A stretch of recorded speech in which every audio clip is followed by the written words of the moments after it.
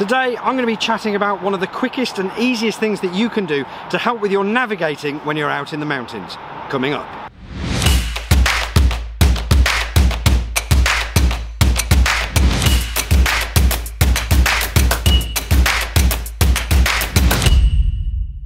Now first off, I've got a little bit of an unusual analogy here.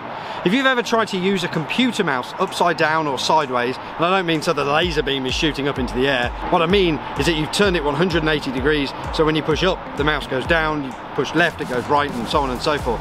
Now if you've ever tried to do that, and if you haven't, give it a go, it is complete anarchy. You'll notice it is particularly difficult to get the cursor to go exactly where you want it to.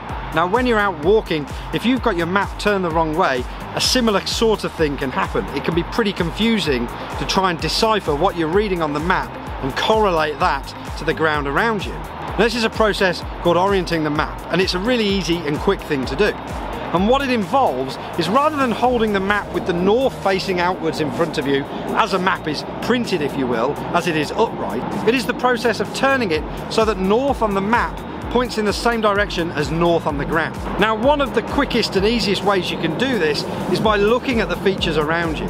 So as an example, that might be a mountain in the distance. So if you know where you are on the map and you can in turn see that mountain, it's a simple case of rotating the map until the two line up. Your map is then oriented. That way when you go to use it, the, for instance, pathway that goes out in front of you on the map should be going out in front of you on the ground as well. Now of course, orienting your map based on features around you is a nice, quick and easy thing to do.